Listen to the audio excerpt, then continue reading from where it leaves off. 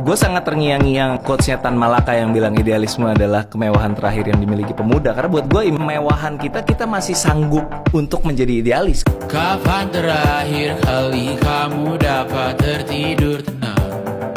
Assalamualaikum warahmatullahi wabarakatuh. Pada kesempatan kali ini, saya Muhammad Arif Hadi dan Fahri Angsano berasal dari kelas 10 E12 akan membahas biografi dari Tan Malaka.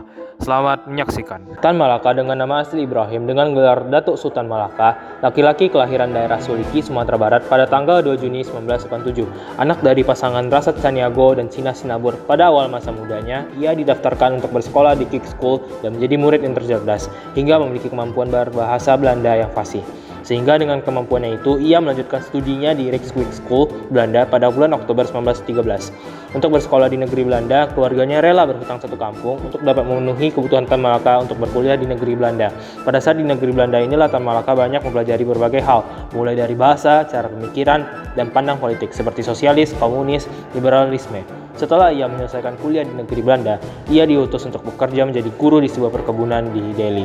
Disinilah ia mulai melihat adanya ketimpangan di lingkungan sekitar ia bekerja dan muncullah sikap radikal dari Tan Malaka. Melihat dari banyaknya ketidakadilan dari guru-guru yang bekerja dengan ditipu upahnya, membuat Tan Malaka mulai mengajari sungguh-sungguh kepada murid-murid yang diajarinya agar menjadi golongan terpelajar dan memiliki pemikiran yang luas. Sambil ia mengajar di Delhi, ia memiliki hubungan dengan tokoh politik Partai Komunis Indonesia untuk melakukan gerakan revolusioner. Oleh karena itu, dia meninggalkan pekerjaannya lalu mulai berkiprah di dunia politik pada tahun 1951 di Semarang. Saat itu, awalnya Tan dipercaya untuk menggantikan Semaun sementara sebagai pemimpin PKI. Namun lambat laun kemudian ia diangkat menjadi ketua partai pada Desember 1921. Tan yang sebelumnya menjadi ketua PKI terlebih dahulu menyelesaikan permasalahan yang ada pada masyarakat Islam terkait persoalan pribadi yang dapat diselesaikan oleh Tan Malaka. Lalu setelah ia dilantik menjadi ketua partai pada 1922, Tan Malaka mewakili Indonesia dalam Kongres keempat Komitan Komunis Internasional. Di kongres tersebut, ia ditunjuk sebagai agen komitan untuk Asia Tenggara dan Australia. Lalu pada 1926, ia menentang pemberontakan Partai Komunis Indonesia atas hal itu.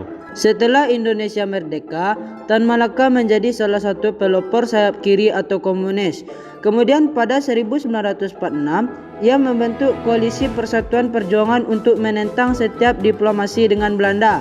Koalisi ini disebut-sebut sebagai otak dari penculikan Sultan Syahrir yang saat itu menjabat sebagai Perdana Menteri. Setelah Indonesia merdeka, Tan Malaka menjadi salah satu pelopor sayap kiri atau komunis. Kemudian pada 1946, ia membentuk Koalisi Persatuan Perjuangan untuk menentang setiap diplomasi dengan Belanda. Koalisi ini disebut-sebut sebagai otak dari penculikan Sultan Syahrir yang saat itu menjabat sebagai Perdana Menteri. Karena kejadian itu, Tan pun dijebloskan ke dalam penjara tanpa pernah diadili selama 2,5 tahun. Pada September 1948, terjadi pemberontakan FDR atau PKI di Madiun, dipimpin oleh Musso dan Amir Syarifuddin. Saat pemberontakan tersebut terjadi, Tan dikeluarkan begitu saja dari penjara, dan Tan pun mengumpulkan sisa-sisa pemberontakan FDR atau PKI dan membentuk pasukan gerilya pembela proklamasi. Setelahnya, Tan Malaka membentuk Partai Murba. Partai Murba adalah partai politik yang berdiri pada 7 November 1948. Partai ini didirikan oleh Tan Malaka, Khairul Saleh, Soekarno, dan Adam Malik. Tujuan dari Partai Murba yaitu untuk mempertahankan dan berkokoh tegaknya kemerdekaan 100% bagi Republik dan rakyat semua dengan dasar tujuan Proklamasi 17 Agustus 1945 menuju masyarakat yang adil dan makmur. Dari tujuan ini sudah jelas terlihat semangat nasionalisme yang begitu kuat di dalamnya. Berbeda dengan PKI, pada 21 Desember, Tan Malaka menyampaikan pidatonya yang berisikan seruan kepada rakyat agar tidak percaya pada kaum imperialis Barat. Tidak perlu memperlakukan perundingan dan kemerdekaan akan diraih hanya dengan mengangkat senjata dan mengalahkan musuh. Mereka menuduh bahwa Tan sedang berusaha untuk melakukan pemberontakan dengan mengambil simpati rakyat. Tan pun ditangkap oleh militer Divisi 1. Setelah ditangkap, Tan Malaka dieksekusi dengan ditembak mati di desa Selo Panggung, Kecamatan Semen, Kabupaten Kendiri. Dari keseluruhan kisah dari Tan Malaka, banyak hal-hal yang bisa dapat dipelajari. Dari sikap Tan Malaka yang berani dan pantang menyerah, menentang apa yang tak sesuai dan memperjuangkan keadilan. Sosoknya cerdas dan ulet dalam berpolitik membuat dirinya layak dijadikan pahlawan nasional Indonesia.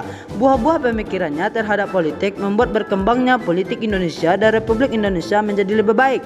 Tan Malaka merupakan simbol dari semangat perjuangan dan keberanian. Para pemuda-pemudi bangsa Indonesia semestinya menjadi ia sebagai panutan atau inspirasi generasi muda untuk membentuk sikap, semangat perjuangan dan keberanian.